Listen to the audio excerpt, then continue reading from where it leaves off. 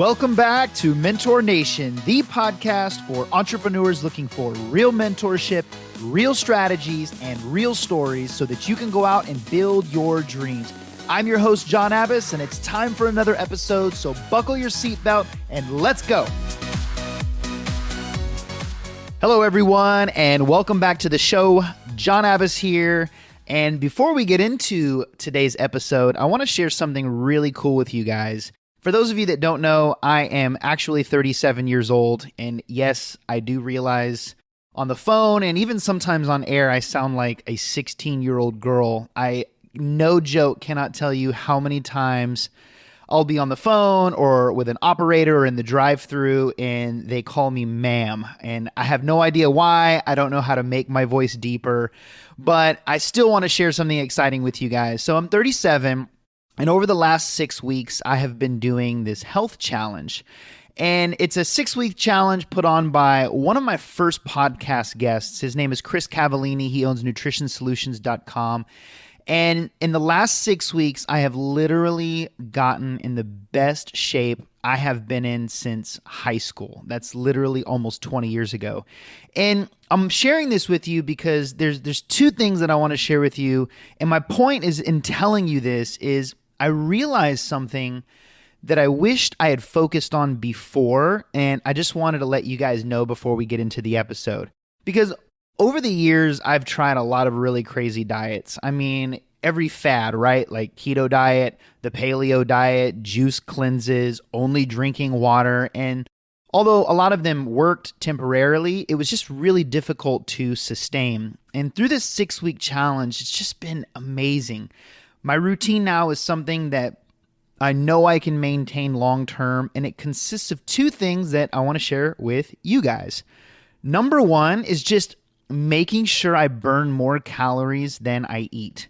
Rather than starving my body, I eat 4 moderate meals a day.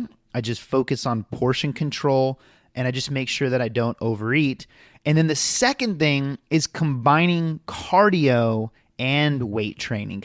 You know, before I would do like 3 days weight training, couple days of cardio, but here's a really cool secret to just massive fat loss, something that has worked like crazy for me over the last 6 weeks. Just go to the gym, do a great workout, and then jump on the treadmill, put it on like 3.3, a good walking speed on a 13 incline for about 30 minutes. You will burn a few hundred extra calories, and you can do it while listening to a podcast like this one. This made a huge difference, and it's just, I wanted to share this because I wish I had known this a long time ago rather than trying these extreme things. Just try simple things that you can maintain, and I just feel great. So I just wanted to share that. Now for today's guest. Guys, I am so excited for today's episode. And I want you to imagine for a moment, imagine what it would be like if you were to drop everything and just travel the world. I can't tell you how many times in my life I'll look at a picture or watch a video or I'll see a beautiful place and I'll just daydream of, I'll think about what it would be like to just let all the stresses go, take me and my family and just travel to all the most beautiful places on earth and experience everything this planet has to offer. Well, my guest today has been doing that with his wife for the last 12 years. Jarryd and Alishas are the founders of Nomadsaurus. They have a huge Instagram following, and they are one of the most exciting travel couples on the planet to follow. Like, if you just look at their website, it's seriously something right out of a fairy tale. They have been everywhere you can imagine, and I find myself in the evening times just going to their website for hours, just reading about their adventures. They run one of the largest travel blogs in the world, but as you will see in this interview, they have one of the most humble beginnings you can imagine.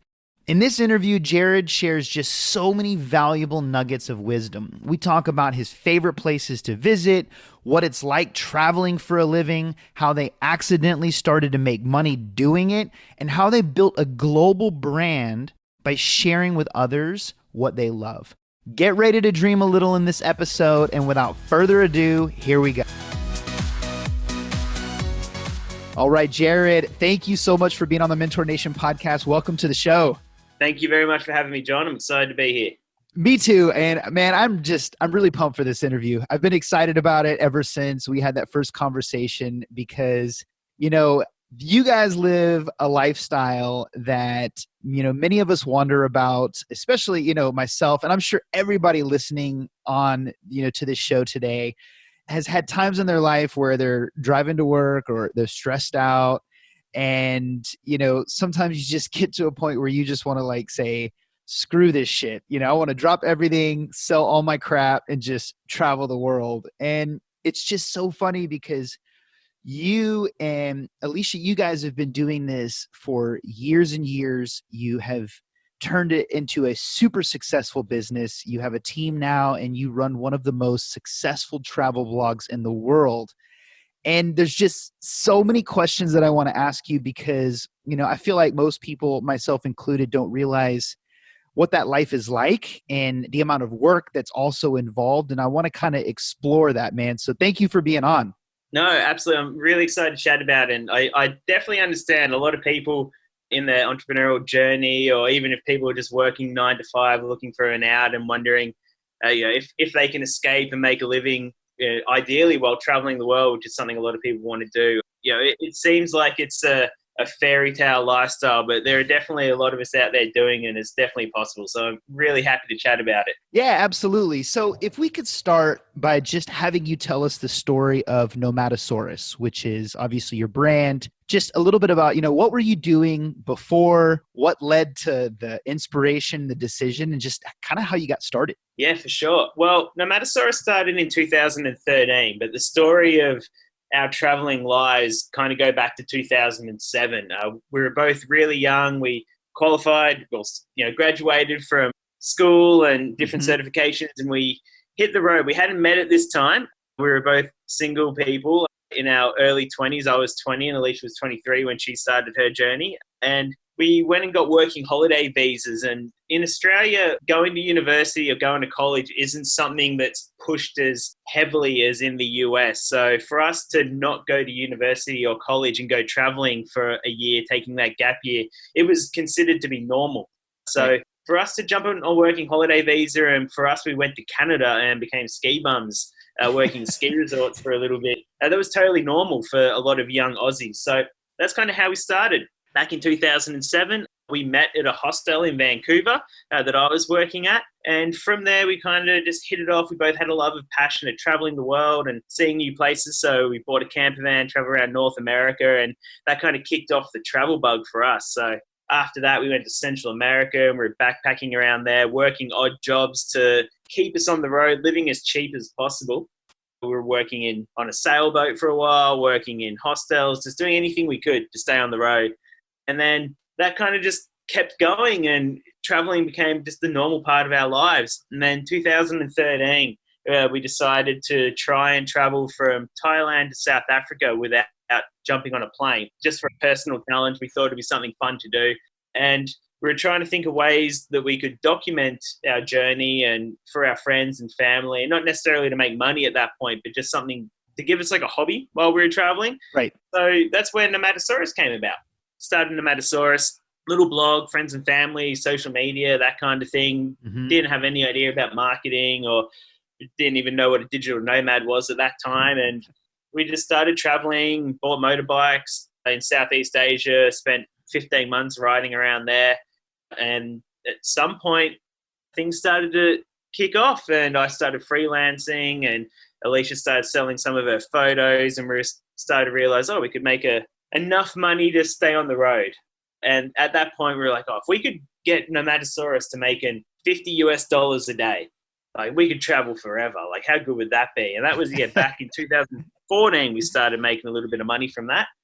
And fast forward to today, January 2020, Nomadsaurus is a small business still, but quite profitable, doing really well. We got a good team behind us, and it's more than our full-time jobs. We're providing income for a lot of people as well who are also doing what we do, working remotely, living in camper vans or living in ski resorts, traveling the world. So it's been an interesting journey. We don't come from a marketing or business background. We kind of just fell into it, but we've made the most of it while we can.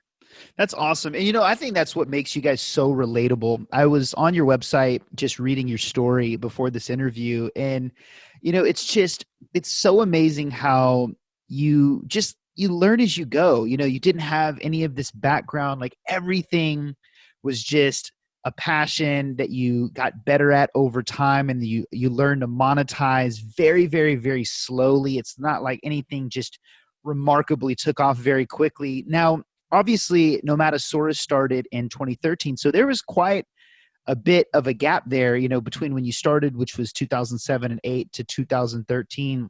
So those first few years, what were some of like the odd jobs that you did, and how did you kind of make money for those years? Like, what are some of the cool things that you did for income? Well, we've had a lot of cool jobs and a lot of not so cool jobs. So in the early days, like we was working at ski resorts. I was a lift operator, and so was Alisha. And Alisha used to work at hotels, cleaning bathrooms, and working in bars. Just any odd job that you find in like a transient ski resort tourist town. I worked at a skydiving center, packing parachutes for a little while. I worked in a strip club as a bouncer. Like just any odd job we could get. Doing construction as well. I found, kind of fell into construction, and that paid really well, so I could save really quickly.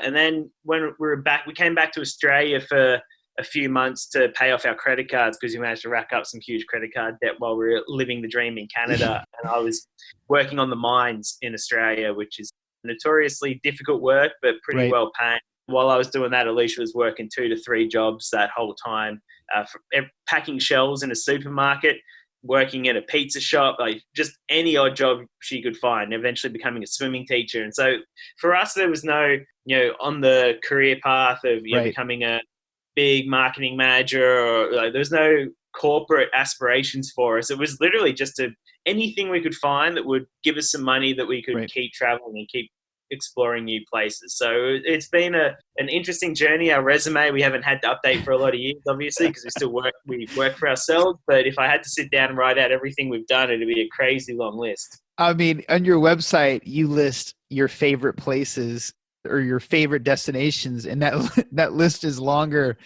than like any 30 people I know, their whole bucket list combined. It's really, really cool. Now, are you and Alisha, like, are you very similar? Like, did both of you guys have kind of the same vision early on to just travel the world, live frugally, and just work odd jobs to make money? Like, are both of you similar in that sense?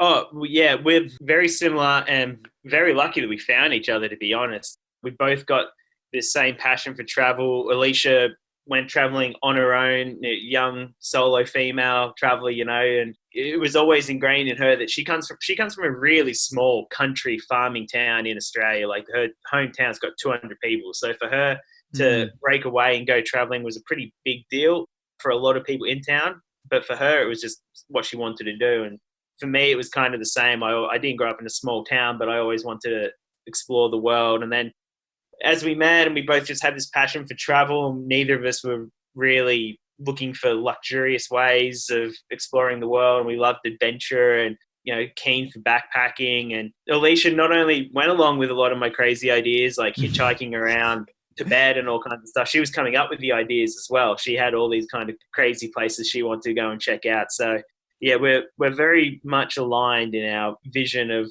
where we want to go, what we want to do, and exploring the world. And yeah, very lucky that I found a lady that is happy to do it on a budget as much as I am. Yeah, absolutely.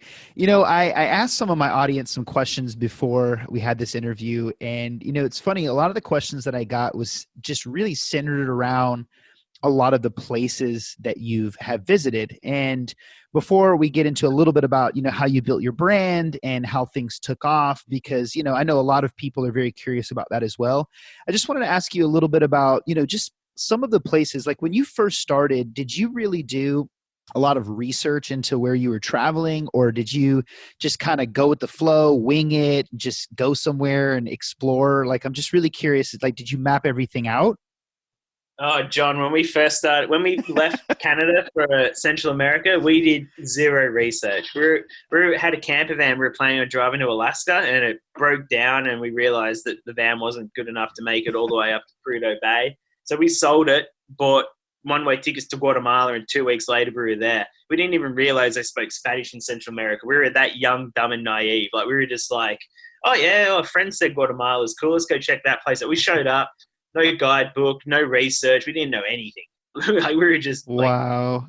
sounds like fun. Let's go check it out. And obviously learned a lot once we got there.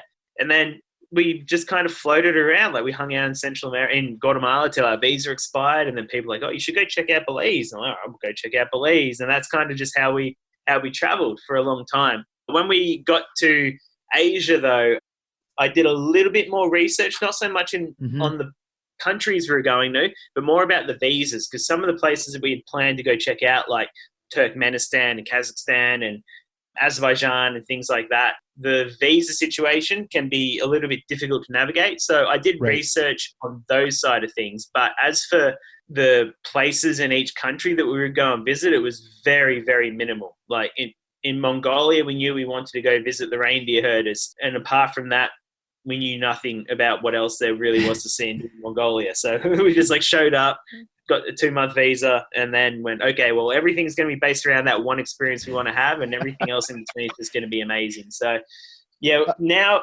these days with our job, we do a bit more research purely because we're going to promote tourism and create content. And take beautiful photos ideally. So we're doing more research on places we're going these days. But yeah, in the early days, it was just winging it completely. Wow. Now, when you say visa, do you need a visa? Like, what's the amount of stay for you to that's required for you to have to go get a visa? Is it different everywhere? Yeah, it's different everywhere. It's different depending on what nationality you are. So if you're from the US, or you're from Australia, New Zealand, Canada, the UK, those kind of places, we have it really easy. We can get visa free or like visa on arrival for a hell of a lot of countries. So that's not really an issue. And then it just depends on how long you want to stay for. Some countries, you do need to apply for a visa ahead of time. So like China and Russia and Mongolia and Iran and a few different places like that, you need to kind of get that sorted beforehand. So it really depends on where your audience or where people are looking to travel to. Southeast Asia is very easy. Most of the countries are visa on arrival or free, 30-day visas. Georgia in the Caucasus, it's 365-day free visa on arrival for most people. So you can get on a plane to Tbilisi and go and spend a whole year on a tourist visa there. So it really depends on the country and where you're from. If you're from the Philippines or from Indonesia or a place like that, unfortunately, they have a really hard time getting free visas in a lot of places. So they got it a lot tougher than we do. Gotcha. Now, I have to ask you some questions about some of the places that you visited. So first one is what is your favorite place and why? That's like asking someone which one their favorite kid is. It's really hard to narrow down one place that's our favorite. But the most awe-inspiring place we've been is Antarctica. You just feel like you shouldn't be there. Like, it's so mesmerizing and humbling to be there. Antarctica is an incredible place. Vietnam is one of our favorite countries to travel as a budget backpacker. We had motorbikes there and exploring it. The people there are just absolutely amazing. They're so friendly and so welcoming. And it's a country that is just filled with fascinating history and incredible travel experiences. Kyrgyzstan is another place that we really, really love. We go back there every year. I'm flying out there in a couple of weeks to go and work on a tourism winter project there. We run tours in Kyrgyzstan and Tajikistan. So Central Asia's got a soft spot in our heart, that's for sure. Yeah, I've never heard of Kyrgyzstan. What's so amazing about, it's funny. It's like the US, you rarely meet somebody from like Iowa or one of the little states. Kyrgyzstan, I'm really interested. What makes that place such a fantastic place to visit? The mountain landscapes there, next level. It's just, if you're into nature and being outdoors and hiking and horse trekking, it doesn't get much better than Kyrgyzstan. The culture, the people there, they're still, for the most part, quite nomadic. So you can go wandering up through valleys and into the mountains and coming across yurt camps of people who are just living off the land with their goats and horses, kind of living in the mountains. It's got a really, again, if you're into history, Right. a lot of Silk Road history there. You got the kind of Soviet history as well, which is really interesting. But it's amazing. I guess I haven't been to Montana in the US, but I've heard kind of comparisons of Kyrgyzstan and Montana. If you remove the cowboys from Montana and put in like nomadic people who are descendants of Genghis Khan instead, and instead of living in ranches, they live in yurts. Like that's kind of, I guess, some way I've heard people from the US talk about. Oh man, that's all you had to say. I have a crystal clear picture of exactly what Kyrgyzstan is like now. So, it's so crazy because, living in the US, I feel like so many people here, their mindset and their perspective is just so tainted. I was in the Navy, so I got a chance to travel through a lot of Asia and in Europe. Never been to any South America, Central America, but it just, so many people that I meet here, they just have this really skewed perception that, the Middle East is, full of terrorism, and anywhere in South America is the cartels, and you don't want to travel here and there. And, just, it leaves like Europe, right? But, you have been to all of these places, the places that people, have this stereotype for. Like, can you talk a little bit about like how like unrealistic some of the views that we have and like what it's like in some of these countries that people label dangerous? Yeah, definitely. I think, well, to start with, obviously, stories that, there are parts of the Middle East that are dangerous. Like we wouldn't go flying into Kabul and just wandering Yeah, right. around like everything's going to be okay. And Syria, obviously, a lot of Syria is not so good. So a lot of the concerns that people have, they're justified, but they're often blown out of proportion, especially by the media. I mean, the media, like mainstream media, news outlets, like they get views and they get money from sensationalism. So Right. if all you watch is one particular news broadcast that is very anti Middle East, then you're going to end up with this kind of mindset that the whole Middle East is horrible and it's dangerous and it's full of terrorists, and it's not like that at all. A really commonplace that I think gets talked a lot about in the US and abroad is Iran. Now, Iran gets a really bad rap in Western media, and I'm not going to speak about the government because I'm not an expert when it comes to that, and I'd rather not get into politics. But Right. from a traveler's point of view, Iran is one of the coolest places you can ever go. The people, and you say this about a lot of countries, but the people in Iran are the friendliest people on the planet. They will do anything they can to help you. They are so welcoming that you can't walk down the street without someone stopping you and inviting you to their house for a cup of tea and to meet their family. Like we'd go out for dinner and people would pay for our meals. Like they were just so excited that people were there and exploring their country, and the history is mind-blowing. The architecture is insane. And so Iran is like a common place that people see it on the news and go, oh, it must be really dangerous, it must be full of terrorists. You get there and it's not like that at all. It's complete opposite. I've never felt safer anywhere in the world than I have in Iran. Wow, I'm so jealous because I'm half Iranian and I have not been to. Really? Yeah, and I've never been to Iran. And my dad always talked about it. We never went. My mom is American, and so I grew up here, and my parents were divorced, so I spent a lot of time with my mom, but I've always wanted to go. And so it's so refreshing to hear you say that, man. That's really incredible. And my dad has been saying the exact same thing, since I was a child, is just how friendly and how kind the people are. So it's so good to hear that. Oh, I hope you get a chance to visit. It is an incredible place. And no doubt still got family and stuff there. Like you would absolutely fall in love with it if you travel there. That's awesome. Now, obviously, the perception is one thing, but like, have you personally, you and Alicia, have you guys ever experienced any kind of like really just shaky situation, dangerous situation, something that like, you're like, oh my God, I can't believe we're in this right now, like throughout all of your travels? Yeah, there's a few stories. Not as crazy as some of our friends. Like some of our friends have had some really gnarly stuff happen to them. But for us, like when we were working on a yacht in the Caribbean, we were approached by pirates and we kind of scared them off with a bunch of air rifles. We didn't even have real guns. We just had air rifles, but we managed to there was like a few minutes there where we're like, well, this is it. We're getting kidnapped by pirates in the Caribbean. Can you believe it? Captain Phillips or Yeah. whatever. Yeah.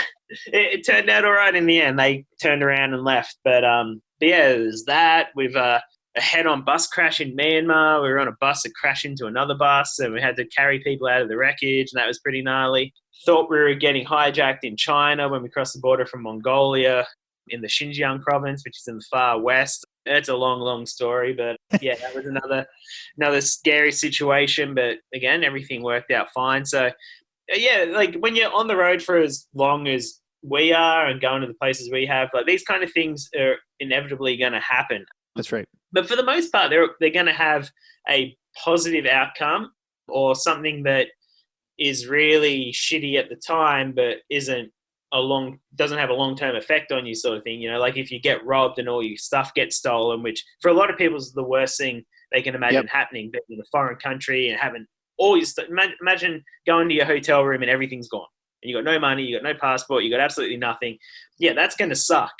But a couple of months later, you're just going to have a cool story out of it, you know? So that's something to keep in mind for a lot of people who are wanting to take that big leap forward for traveling as well, but are a little bit concerned that maybe things go wrong. Like for us, it's almost become normal to us, I guess, where a lot of things happen and it's just part of our everyday life, so we don't really think too much about it. Wow, that's cool. Now, have you or Alicia ever caught some like really gnarly virus from any of these countries? Touch wood for me, no. But now that you asked that, I'm probably going to get really, really sick in Japan. Coronavirus? No, I hope not. I hope not. Oh, geez, I hope not. No, I've been pretty lucky, but Alicia's got intestinal infections and some random things that she's had to go to hospital for. But no, nothing too serious, luckily. That's awesome. So I want to talk a little bit about some of the downside of traveling all the time. Because, I mean, I think about travel all the time. And then there will be times, especially for business, I'll be traveling for like a whole month. And then I'll be out there and I just, sometimes I just can't wait to get home. Like, what are some of the hard parts to doing what you guys do? Does it ever get lonely? Do you ever like feel like you want to like settle down somewhere, or is just this kind of a part of your lifestyle now and you're just very used to it? Yeah, that's a great question. And it's something that people in our position, being travel influencers, travel bloggers, people who are always putting ourselves out there, showing that we're living the dream, we get a lot of criticism. We deserve a lot of criticism for not being completely honest about the lifestyle that we have. So to start with, we have got the best jobs in the world. I wouldn't change this for a thing. We are both really happy. We realize how lucky and fortunate we are to be in the position we are. But it's not one big holiday. And I think that's something that a lot of people think it's like for travel influencers. We're just going from luxury hotel to luxury hotel and we're drinking cocktails and everything's amazing and hunky-dory. If you're looking to travel long-term or full-time, first of all, you're going to be on a budget. So you just need to adapt to that. You need to realize that you're not staying in fancy hotels every night. You're not staying in, the best accommodation anywhere you can get. You're taking public transport sometimes for days on end to get around. So it's just, these are things that become normal in your life, but it's the logistics of it all that kind of become difficult and can wear you down. Like if you're traveling, and there's a difference between traveling and being an expat, like a digital nomad who ups and moves to Thailand or Mexico and moves into a community, and that's different. I don't consider that traveling. That's becoming an expat, and that's totally fine. That's amazing, and it's something that we've experienced and we love, and a lot of people do. But yeah, traveling, you're constantly thinking about where you're going to go, how you're going to get there, how much money you have, what if something goes wrong, dealing with visas, and then trying to run a business as well. You're constantly concerned about crappy Wi-Fi connections and trying to track down places that, cafes that have got Wi-Fi and want to kick you out after 20 minutes. And then the things that really kind of can be detrimental in this lifestyle, it's a lack of community and a lack of routine. So no routine, like every other day, you're packing your bag and you're getting in a bus or a train or whatever, and you go off to another destination. And that's great. That's fun for a few weeks. But when you've been doing it for, 12 years, you get sick of it. You don't get excited anymore when you're going somewhere new. It just becomes a part of life. And you're not having a routine. There's no favorite cafe that you go to once a week. There's no friends that you're constantly catching up with. You're missing out on weddings and birthdays and that kind of stuff. Like you can become quite isolated. Right. It's just a payoff. It's something that you end up sacrificing for that ability to be able to wake up one morning in Patagonia and be like, yep, this is my office today. So it's something that I think a lot of people really need to seriously consider if they're going to jump into this kind of lifestyle. That's why I always recommend people go traveling first before they, sell everything and then jump on a, one-way ticket to Peru or something. Like, it's worth traveling a bit and experiencing it. Again, I wouldn't change it for anything. We're very, very happy where we are. We are looking at settling down, not stop traveling, but definitely getting a home base and relaxing, and maybe buy a camper van and just actually live out of a camper van, so we have somewhere that we can keep all our stuff in between trips. But where do you think you're going to do that? Where do you think you'll settle down if you do? Oh, well, that's a tough one. Like we're in Australia right now, and we really want to explore more of Australia and see this beautiful country that we have here. And so we're like, a camper van here would be great. And plus we don't have to worry about visas, and we pay tax here, and we've got family here. So it makes sense to be in Australia. But then one day we'll be looking at our photos from Canada and we're like, we've got to go back to Canada. We've got to go and live in the mountains there. And then if we're in Canada, we can drive to the US. So how good would that be? Then Mexico's right there. So it's one of those things that, like, being the travelers that we are, we can't just go, let's go to Scotland and buy a camper van. Like, we just got a million ideas running in our heads. So we're not sure where it'll be. That's awesome. I'm divorced, and my ex-wife and my two oldest daughters, they live in North Vancouver with their mother. So every 3 months I'll go there for, a couple of weeks, or I'll fly them here for a month. And so, this next trip, which we're going to go in the next couple of weeks, we're thinking about picking them up in North Van and just traveling through Banff and Kamloops, just taking a road trip there. So, man, Vancouver, just Canada in general, is so beautiful. Oh, you should definitely do that road trip with your kids. It'll be amazing. If you take that drive from Vancouver to Banff, it's lovely. And then you go right through a town called Revelstoke, which is where Alicia and I lived for a couple of years. It's no way. Yes. Yes. The best places on the planet. Oh, you got to stop by. Man, absolutely. And I appreciate you sharing just a little bit about the downside. And I want to expand on that because, you started Nomadsaurus in 2013, and it was a blog and it was a small community and you were building and growing it. But from what I read in 2015, you actually published a personal article, very, very different than your normal content. And it led to a really crazy result and an explosion. Can you talk about that and just what happened after? Yeah. Thanks for mentioning that, John. The article you're talking about, we called it Behind the Scenes, and it was just a little bit about what we had experienced over the couple of years we were traveling Asia by land. And basically these issues and stresses that we had of traveling full time, like, they were really kind of weighing us down. We were absolutely exhausted traveling for those 2 years across Asia, and then the business had blown up and we were starting to kind of figure out how to run a business and how to make money and travel. We ended up, just because of the way we travel, we were in places where the weather wasn't great, so we were like not seeing the sun for weeks at a time, and little things like that. And anyway, we got to Turkey, and Alicia and I were just absolutely burnt out, and that's something that's serious that happens to a lot of full-time, long-term travelers. And Alicia was like, "Look, I'm just going to get on a plane and go home and see my family for a couple of weeks and decompress, and we can't continue this journey. Like, it was eating us up." And so, while Alicia was in WA visiting her family, I stayed behind in Turkey and went to Bulgaria. And we're umming and ahhing, like, what are we going to put on social media? Because for the last couple of years, we built up like a huge following, and people were really engaged with our journey, and they were urging us, egging us on to continue to South Africa. And every photo we put up was us smiling and laughing and in these incredible places and doing these amazing things. And all of a sudden I was on my own in Bulgaria, and Alicia's back on the farm in Western Australia. And so we were like, well, we got to be honest. We got to tell people what's happened, and we're not breaking up, but we're taking a break. So we wrote this article, Behind the Scenes, and we basically address where we were mentally at that point in time and kind of how things had progressed and how because I guess a disservice to our followers, we hadn't really talked too much about where we were emotionally and psychologically at this point of our journey. And so, yeah, we wrote an article about that, published it. I hit publish at like 10 o'clock at night or whatever in Bulgaria. Went out, had a couple of beers and went to bed. Woke up in the morning and it had just blown up. I wake up and there's all these messages from Alicia going like, call me, call me, call me.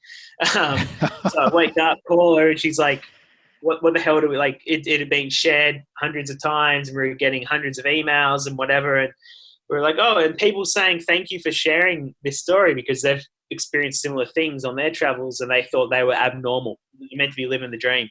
And instead you're feeling down and depressed and negative about the whole thing. So over the next couple of days, that just kind of went gangbusters. And then BuzzFeed ended up sharing it. And then news.com.au in Australia ended up sharing our story. And then CNN shared our story. And next thing you know, we're on breakfast TV in Australia sharing our story. And it was just this like snowball effect, I guess, that people latched onto. It wasn't that people were latching onto the negativity of it. I guess it was just the honesty that people appreciated. Right. So that was a really crazy time when that happened. And that kind of put us to the next level in terms of travel blogging and travel influencers, and that we gained a lot of publicity for being honest, which was something that a lot of influencers get, I guess, negativity for not being honest about their stuff. So yeah, that was a crazy time. Wow.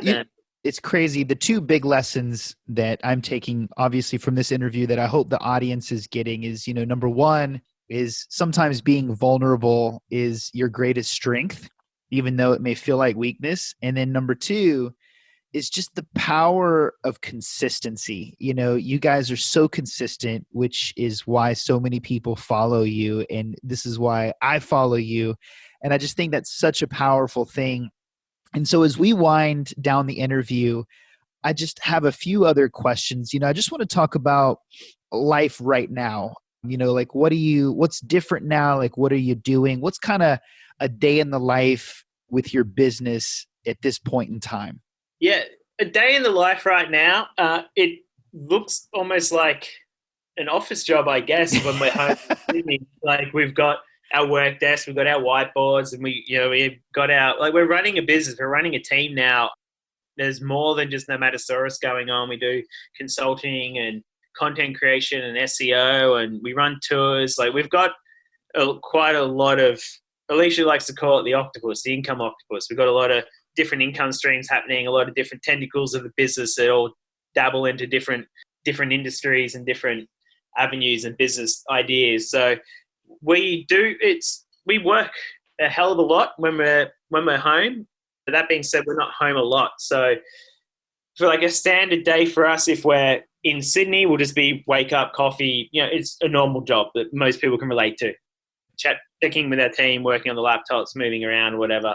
But then the other part of our business is that we travel when we get hired and commissioned by tour companies and operators and tourism boards and government agencies to go to places and promote tourism. So like on Sunday, we're flying off to Japan, and we got 2.5 weeks in Japan traveling around, going to these offbeat places that not a lot of travelers go to in the winter. And we're going to be creating content and taking photos and writing stories about the places we go, publishing it on social media. And then I'm off to Kyrgyzstan, working over there for the same kind of thing, trying to promote tourism in winter. And so the travel side of our job is pretty crazy. Like, we get to go to these insane places and do these amazing things, but then we're still working like 18 hours a day. We're up before sunrise, taking photos, doing the admin side of our business, because things don't go on hold while we're traveling. I wish they did, but they don't. And then we're out doing things, right? Taking photos, doing stories. And then at night, we're doing all the admin stuff again, publishing on social media, editing our content from that day. And so that's kind of like what our life is like. Yeah, that's pretty cool. Now, do these companies have like a big expectation of you? So like, obviously you're going to Japan. Like, do they tell you like, well, we need you to write this many articles and publish this many photos? Or do they kind of just give you the freedom to do a good job? For the most part, we get it. We get a contract and we have set deliverables, and they're hiring us and they're paying us to come to these places, and they want proof. They want something. They need some ROI. So Yeah, we need X amount of blog posts and X amount of photos delivered for commercial use, and we need social media and blah, blah, blah, all the kind of deliverables that come with that. Every now and then we get a contract where people are just kind of trusting that we're going to do our best to promote a destination, and we always do. But yeah, no, for the most part, we have set deliverables. Gotcha. Just kind of shifting gears, like, do you ever link up with any of the other, like, are you familiar with Sailing Le Vagabond? Oh, yeah. Alicia absolutely loves them. Really? We've never met them. We haven't connected online or anything. Like, we do connect with quite a lot of travel bloggers and influencers, through Instagram and just through the blog and stuff. And we have Facebook groups and mastermind groups and things like that. So we do keep in touch with a lot of people. We connect with a lot of people. But Sailing Le Vagabond in particular, yeah, we love what they do, but we haven't met them personally or reached out to them or anything like that. But they're living a great life as well. Yeah, it's funny too, because it was their recent video being really vulnerable now that, she's a mom and she's like thinking about settling down, that is really just catapulted them. I think it was that video that Henry Cavill, the guy that plays Superman and The Witcher, I think he saw that video and he started promoting them on his Instagram, and then it just like absolutely exploded. So it's really cool. And I remember the question I was going to ask. Can you stay at, and it's a silly question, but can you stay at almost like, are you at a point now where you can go to almost any hotel and just pretty much stay for free just by making like an Instagram post? Yeah. I mean, the answer to your question is yes. If we wanted to, we could. Right. You don't just show up at a hotel, show the receptionist that you've got an Instagram, and they're like, "Oh, we won't charge you for tonight." It doesn't work like that. You have to get in touch early and Right. pitch them, and you end up talking to marketing. Yeah, no, we could, I guess, get almost our entire lives completely comped if we wanted to, but we choose not to, because we're lucky now. We make enough money that we can afford to stay in nice places and travel how we want and go where we want and not have that expectation, because we're running a business, right? So that's right. When we get somewhere, we've already got work that we have to do and contracts and deadlines and things like that. So the last thing we want to do is go, oh, crap, and now we also have to go take a photo of the hotel pool to post on Instagram. Like, we have to wait for the right time and wait till there's no one in the pool. And it's just that extra level of stress that we don't want. So, yeah, even though we could get any hotel we wanted sponsored, we choose not to. We get most of our travels these days paid for by tour operators and tourism boards anyway, but that's part of larger packages. So that's so cool. And I mean, it's just, that's incredible. It just is a testament to, the hard work that you guys have put in.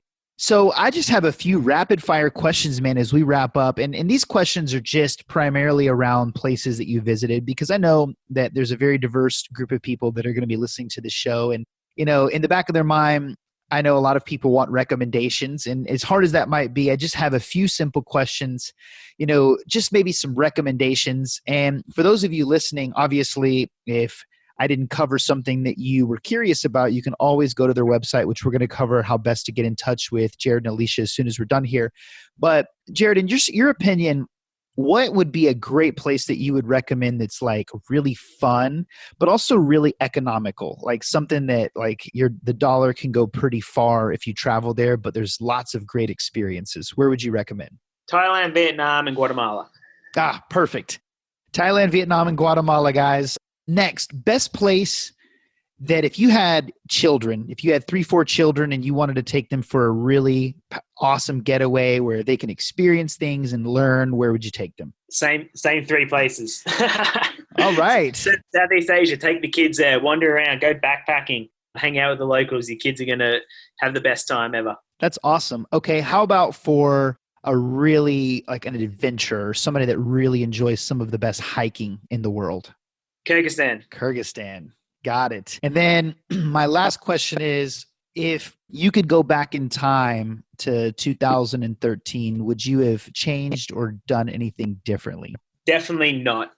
I think the way that we kind of fell into our business and our new chapter of traveling, it happened very organically, maybe at times quicker than we anticipated, especially because we weren't trying to build a business at the time. But no, I wouldn't change anything. We've had such an incredible life, and I believe everything that happens, it does happen for a reason. And I'm really happy with the years that we had where the business was growing and we were still managing to do these amazing things and travel our own way in the way that we wanted to and start to make a business. And it's led us to this point today. So no, I wouldn't do anything different. That's perfect. So the final question is just, what's the best way that people can get in touch with you? Where can they follow you? And then most importantly, could you just talk for a minute about some of the things that you offer? Like I read where you offer spots every now and then for people to like travel with you. Like what are some of the things that you're doing now that people could get involved with or maybe even hire you to do? And then how can people just connect and follow your work and what you're doing? For sure. Well, with the tours, we run Nomadsaurus adventure tours. We do those in Tajikistan, Kyrgyzstan, and Mongolia. And Kyrgyzstan, Mongolia is sold out. Tajikistan's still got a couple of places left. So those are just people who can join our tours. We take them to our best, most beautiful, off the beaten path places in these countries, and we travel around. These are proper structured tours. They're not just like coming backpacking. These are proper tours that we run. In terms of people who are interested in hiring us, we do content creation, photography, videography, primarily around the travel industry, tourism industry. So we work with a lot of tour operators, tourism boards, travel companies or gear companies and that kind of stuff. And if people wanted to reach out to us through the website, nomadsaurus.com, that's where you'll find all of our travel guides and stories and that kind of stuff. And then social media, Instagram, Facebook, and YouTube, all of it is Nomadsaurus. And we post on there really regularly. That's awesome. Well, Jarryd, it has been an absolute pleasure. I just want to thank you for pouring into the audience and just sharing your perspective and your journey and some of your advice. We really, really, really appreciate that. Hopefully we'll have the opportunity one day in the future to have both you and Alisha on one day. Thank you so much again for being on the show and sharing your wisdom. Thank you so much for having me, John. Really appreciate it. If any of your audience want to reach out, just say hi. We respond to everyone that gets in touch with us. And hopefully get a chance to meet you one day, whether it's in Nashville or somewhere else in the world. We can go for an adventure, have a couple of beers and swap some stories. I'm sure you've got some amazing ones as well. Absolutely, man. I can't wait. Thank you. Woo, man, I hope you enjoyed that episode, and I hope that after listening to this episode, you realize that life is truly what you make it. This is a perfect example that if you follow your passion, the money will follow and not the other way around. I highly, highly encourage you all to visit their website, nomadsaurus.com. Follow them on Instagram, connect with them. They are just great people. They are super humble, and I hope to have them on the show again after another one of their adventures. Well, guys, that's all for today. I hope this week is awesome for you, and I can't wait to see you next week for another exciting episode. If you haven't, please subscribe to this podcast. Leave us a great review. Follow us on Instagram at Mentor Nation Podcast. It means a lot. Your connection means a lot. Your feedback means a lot, and we'll see you next week.